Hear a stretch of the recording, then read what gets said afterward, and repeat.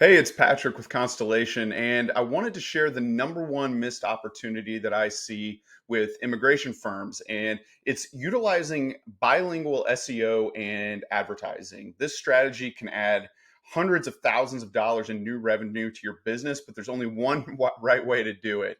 But first, if you haven't watched our immigration law firm growth machine training or you haven't signed up for it, absolutely check it out. It's our behind the scenes training on how we took multiple immigration firms from zero in revenue to over $700,000. So, when we're talking about bilingual SEO and advertising, there are really three key benefits to this approach.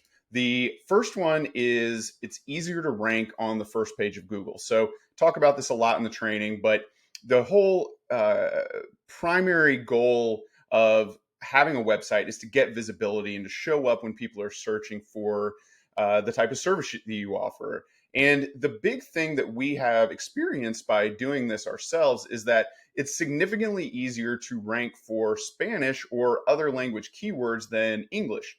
This score right here is a measure of how difficult it is to rank for a term like abogados en migración.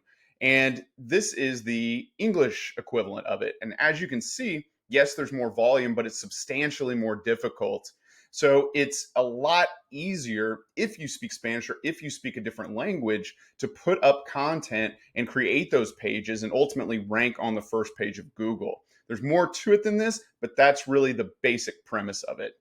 Now, the second thing that is a big benefit to utilizing this approach is that the cost per click is substantially cheaper, about half as much when you are doing Google Ads. So again, let's look at the Spanish version, and you can see down here, this cost per click number is about $4 per click.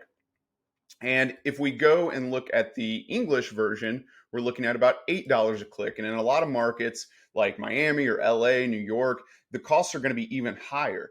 The Spanish equivalent of this is typically always about half. So if you're spending money on Google Ads and you're only going after English language keywords, you're absolutely missing the boat on this.